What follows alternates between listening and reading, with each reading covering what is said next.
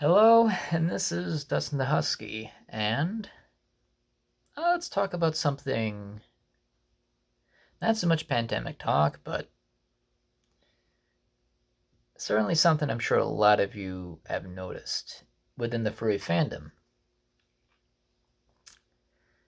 It feels a lot like high school. Now, some people's high school experience definitely differ between person to person.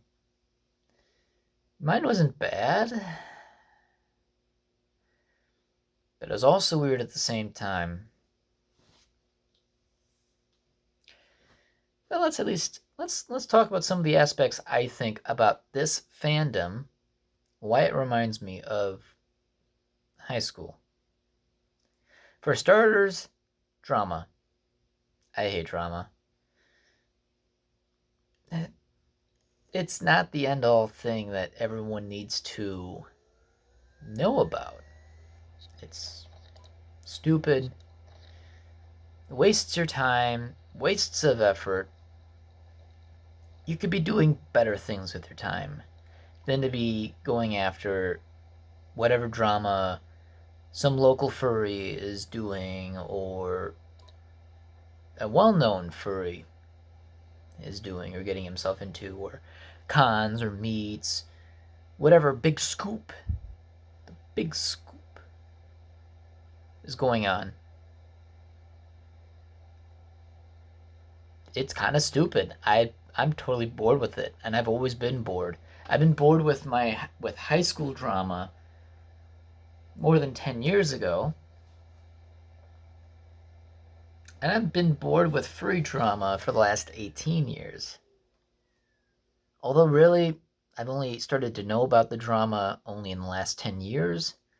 The first 8 years, I never focused on it, didn't think it existed. Then I found it, and then I realized this is stupid. Why do people waste so much of their time? But you know what? It's like TV reality. It's entertaining until you get burned by it. You get burned by getting involved, or it bites you in the ass. You're better off ignoring drama, and you're better not adding to it. You might have a good juicy scoop on someone that a lot of people love to know. Ooh. But you become a bigger person when you don't add into the conversation, into what is known. Be a bigger person. Do not contribute much more into the cauldron of hell that is furry drama. Because the more and more you add into it, the more nothing ever gets solved or gets dealt with. In the local furry fandom in Wisconsin, I've dealt with more drama and have settled drama than other locals around me. Most people would rather not bother with it. I'd rather not bother with it too until I am forced to do something about it. And usually in very, very positive outcomes. I want to make sure every party has their homework to do, but also that it's not one-sided. Because a lot of people feel it's unfair if, yeah, well, if this person doesn't do this, then I won't do that. And then this person's like, well, okay, well, then if you do that and I won't do this, how about you won't do that and I won't do this? So everyone's happy. Because that's when you're able to resolve for a drama, it's a good feeling. That's one less bullshit that you have to worry about in your local community. I feel glad about it. Um, Another thing about the furry community that reminds me of high school is when you talk to people, whether in person or online, although really, well, never take anything too personal, is what I learned. But when you talk to someone and then you get ignored. Hey, they're having a really rough day, a really rough week, rough year, whatever. And they didn't get back to you. They forgot. Okay. Honest mistake. Happens to all of us. Happens to me. You might message me. Might take a little while before I get to you, but believe me, I did notice you. I'm not ignoring you. However, the point that I'm wanting to make with this being ignored is you try to talk to someone and you get ignored every time. They just don't want to talk with you. Okay, all right, that's perfectly fine by me. Want to get to know someone. See, you want to get to know someone. You want to get to know someone, you got to talk to them, right? Well, if they're not going to give you the time of day, well, maybe it's best to get to know other people. People that might actually care to get to know about yourself. It's why I tell people don't go chasing after poppy furs. Because while you think they're genuine, the most genuine people around you are your local community members. People who can actually probably be your friend. That's why most of all my friends in the fandom happen to be in a 1 hour radius from my location. And more. I have friends all over the fandom. But majority of my friends happen to be in my general region. Because you know why? I'd rather make friends with the people around me. I see them as more genuine. And that's where I'd rather focus my energy on. I would rather not focus my time trying to get to know someone halfway across the country who is really, really well known, who has their own group of friends, and they're so well known. They get a lot of messages by a lot of people, and they don't have the time of day to contact all these people and reply, hello, how are you? Saying those two things alone to hundreds of messages a day probably gets tiring, which is why a lot of them do not respond. Unless you have something absolutely interesting that is fascinating to them, that is absolutely unique. That's the only thing that they're going to get any genuine conversation with you, and it's not going to be for long. Get to know your local furries. I guarantee you, one of them is going to be a better friend than a lot of these poppy furs that a lot of people kind of idolize.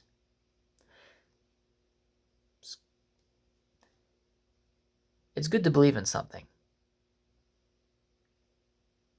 Not a bad thing. But when you focus on a lot of people that don't focus on you, or let alone actually know about you, you become pretty lonely in the fact that you try to get to know big names, but they totally don't know you. And the feeling of being ignored, and that snowballs, compounds into other problems. When people ignore you, don't give up. However, when it happens every time,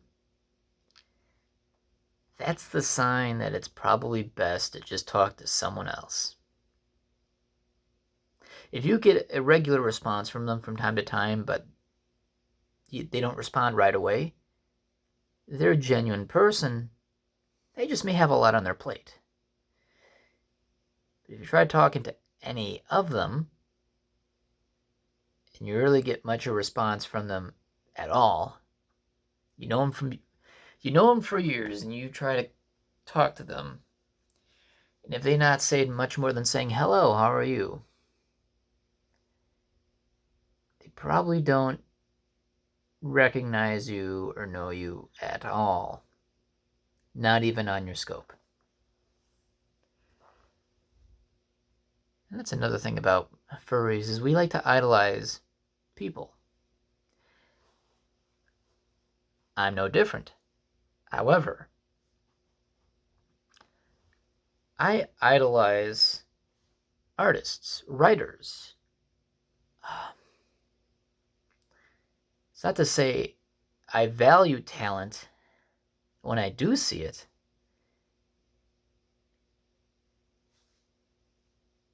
but that's actual genuine talent, and I can truly appreciate that.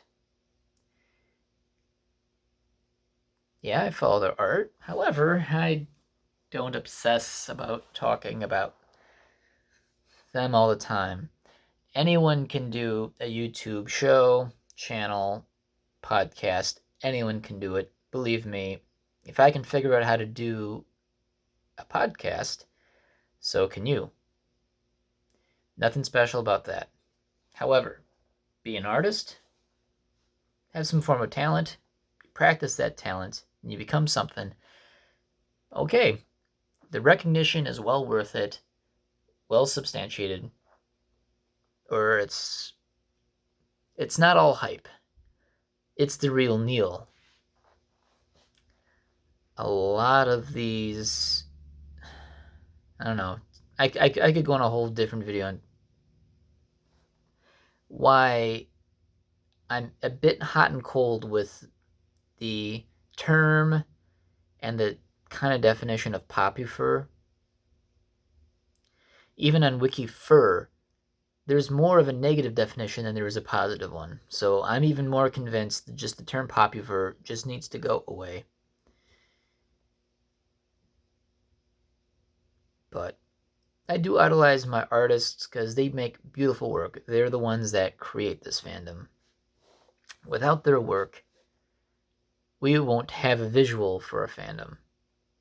We have imagination, but we don't have anything to actually know what it looks like, what our personas look like. We commission an artist.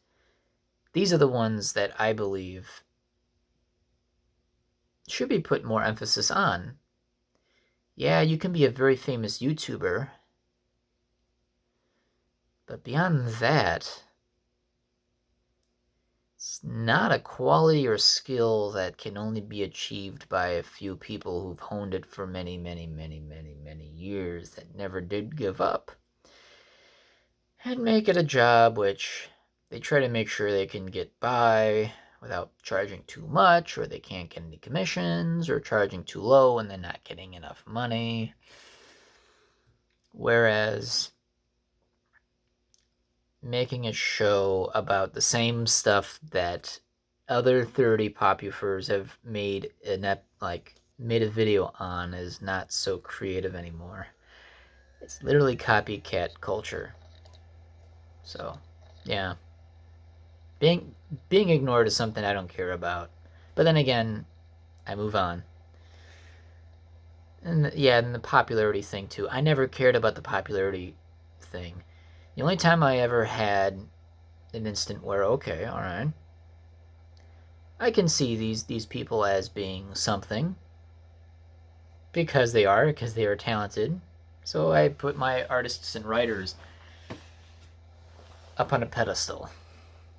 Hey, at least it's not people who just bought a fursuit and became popular. There was one furry. I'm gonna make it vague so you really don't know who it is, but there's one furry. You know, it's not exactly who you think it is, but there's one furry who got incredibly popular because he's tall. Yeah, that's pretty much it. And says, yeah, all of a sudden I became relevant one day because I'm like, 6'10" or 6'11", really, really, really tall fursuiter. Holy moly, towered over everyone, a full foot over me. Yeah. The the popularity contest is something I never understood, because I personally knew no one who had gone through the trouble of getting popular, didn't get them really far. So, and then here's one. This is a real life example from me.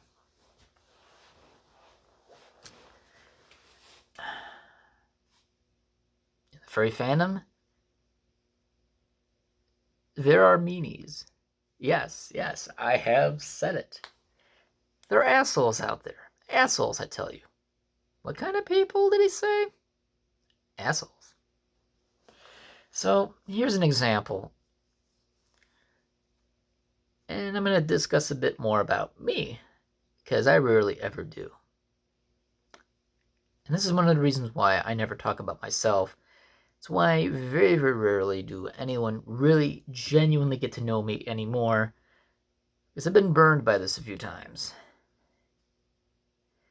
And I don't really ever open up that book to anyone, because, you know what? Hey, sometimes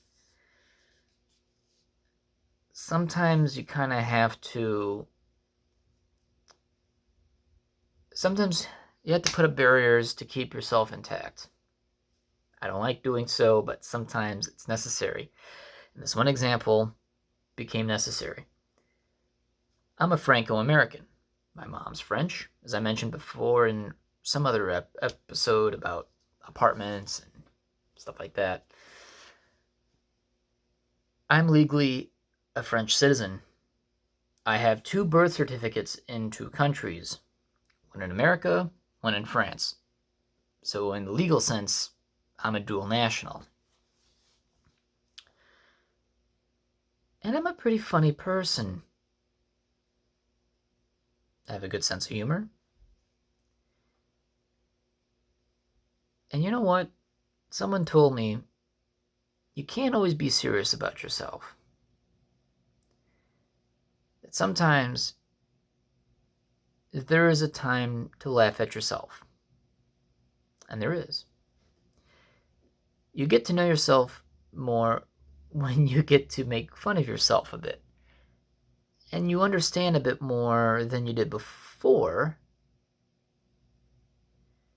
So yeah, make some French jokes, do this, do that. Okay, alright. All in the name of fun. I'm even Polish, so I make some Polish jokes too. You know what? Hey, you gotta make fun of yourself. Except Americans. Americans don't like to make fun of themselves because they're too uptight. So I say they need to stick the proverbial stick up their ass to loosen that ass, because you know what? You gotta make fun of yourself somehow. However, there's certain things in life where you don't really make fun of because it's not funny, it's either too soon or bad tastes. And this is an example of bad tastes where I could be stereotypically French. It's not to say I have the French card that I'm allowed to do that. I just do it anyway. Because you know what? Hey, why not? However, there's one thing that I dislike the most is French surrender jokes. Now you're saying, well, Dustin, I mean, you say you gotta make fun of yourself sometimes. Like, yeah, I did.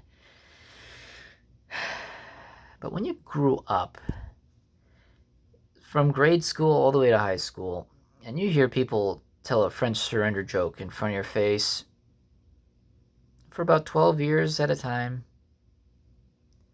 it gets old.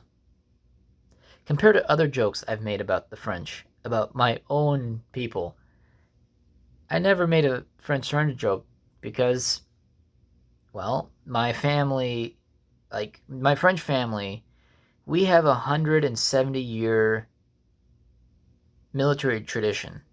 Like at one point or another, we've had family who served in, the French Revolutionary Army back in 1794.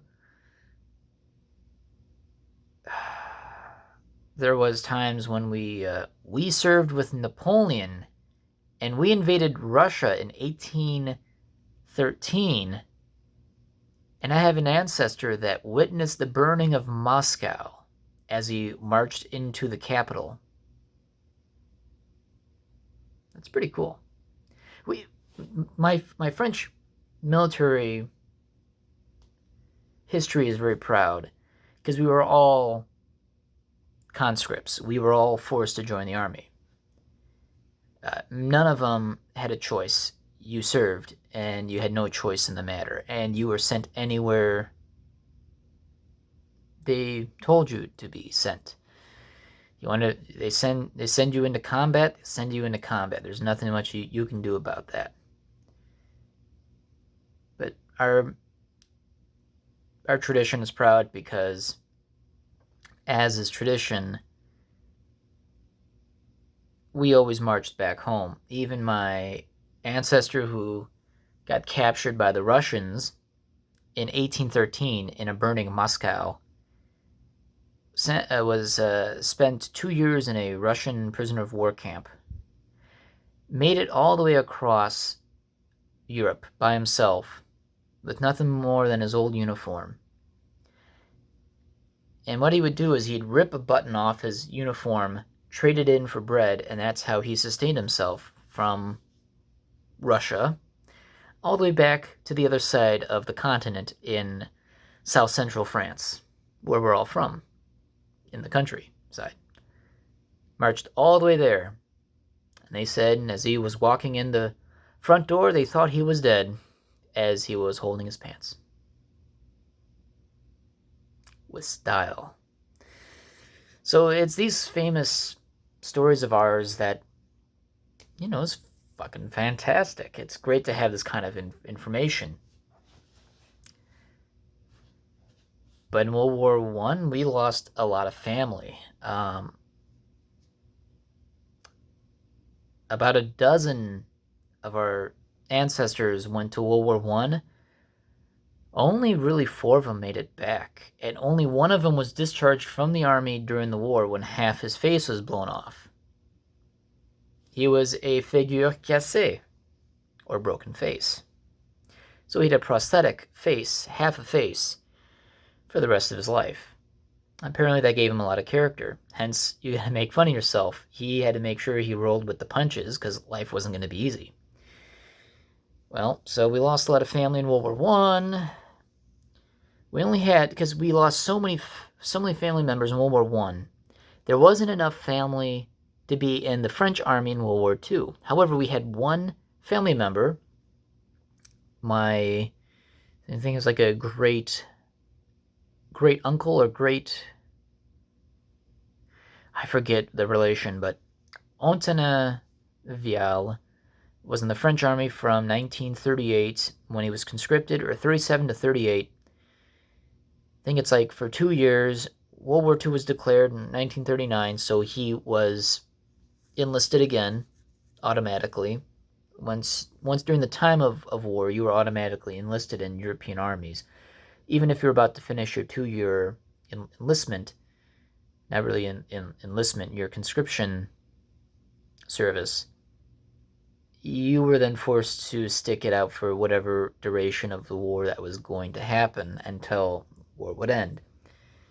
Well, he got captured by the Germans in 1940 and was sent to a labor camp somewhere in Germany, where the Germans sort of took care of him, but also sort of didn't. They didn't take care of their French prisoners all too well. Yeah, they still fed them. But he lost 60 pounds while a POW. He was also holding his pants, but not in the sense that he had no buttons. He had no meat on him. So he still starved as a French prisoner of war. And he was not released until 1945. So he's pretty much lived in a German POW camp for 5 years. Not dying of starvation, but he suffered. He suffered a lot of maltreatment by the Germans. Yes, we're all friends with the Germans now. We won't get into that subject. I know a lot of German furries. They're fantastic, beautiful people. There is no hard feelings, you guys. It's a different time. The past is the past. However, American furries are fucking morons. As a European, I can certainly say American furries.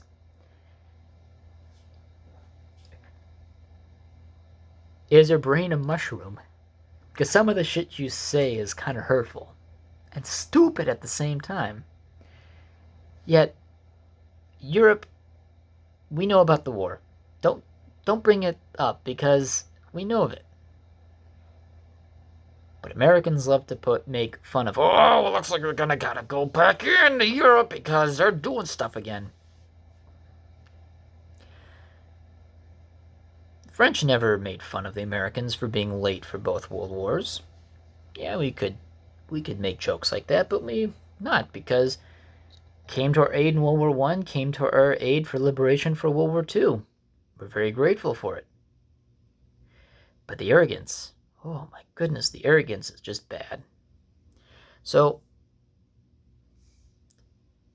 there's a local incident. I'm not going to get into details. This is my very first time ever actually mentioning this story to the general public at large. There was a local fur, and he made, well, he likes making jokes. He likes to be funny. I understand that. Okay, I'm just going to let it slide. But then he made a few French surrender jokes, and the first few times, like, ha, ha, ha, ha, ha. It's not the first time I've heard of any of this, because France did not approve or did not want to invade the Middle East back in 2003. Americans were on a full-on French ass-ripping session that, okay, you know what? Let's make fun of the French. And in school, all the kids had their punching bag, and that was me. It's not my fault at all, but they were making it so. When you grow up as me, and you feel the prejudice of your fellow classmates making you feel like a second-class citizen because of your ethnicity it's not a good feeling.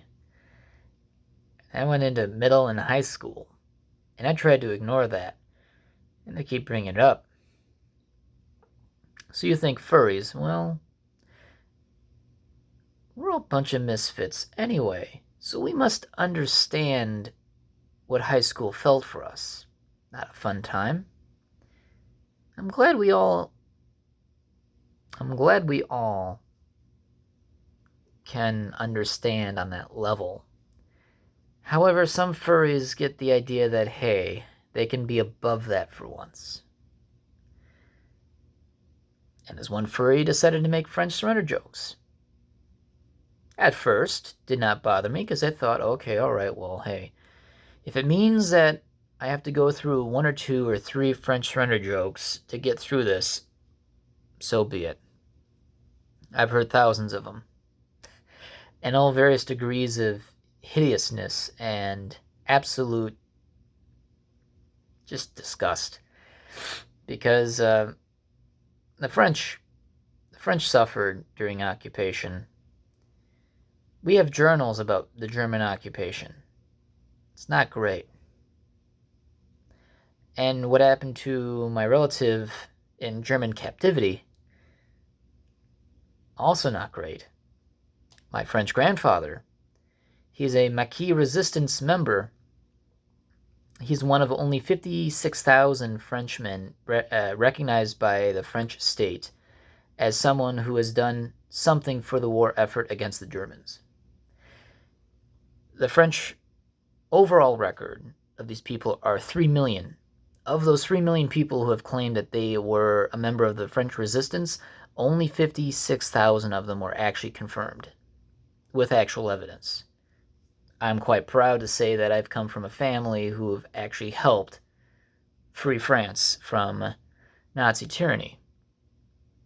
So you can say my pride for my other country is high, because when you know a relative who has Gestapo wanted posters, dead only, helping people, helping the resistance, blowing up rail yards, blowing up bridges, it becomes a hefty price on someone's head by the Germans. That's honorable. To be hearing French surrender jokes and talking about how the French can't win at wars, which, that's a small one, I'm not too worried about that, but talking about how I don't know, it's just overall nastiness of some of these jokes is like, dude, I understand you're just American, but some of the stuff you say is just absolutely stupid. But I go on.